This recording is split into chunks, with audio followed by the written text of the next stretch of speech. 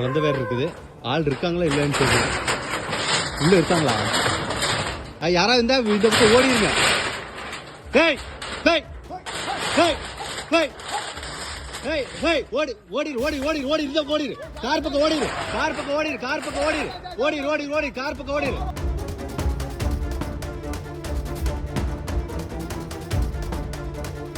கோவை மேற்கு தொடர்ச்சி மலையில் இருக்கும் காட்டு யானைகள் அவ்வப்போது உணவு தண்ணீரை தேடி மலையடிவார கிராமங்களான ஆனைக்கட்டி, மாங்கரை, தடாகம் உள்ளிட்ட பகுதிகளுக்கு வர்றது வழக்கம்.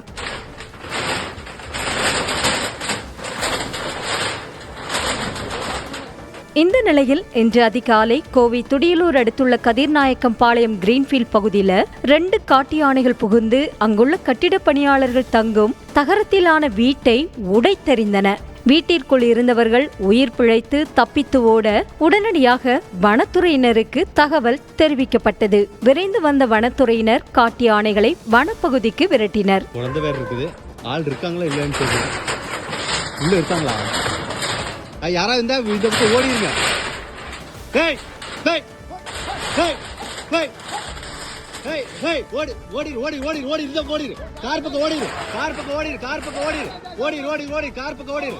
Hey hey hey hey hey. கடந்த 15 நாட்களாகவே யானைகள் ஊருக்கு வருவதும் போவதுமாய் இருப்பதாகவும் வனத்துறையினர் இதற்கு உரிய நடவடிக்கை எடுக்க வேண்டும் என்றும் அப்பகுதி மக்கள் வேண்டுகோள் வைத்துள்ளனர்.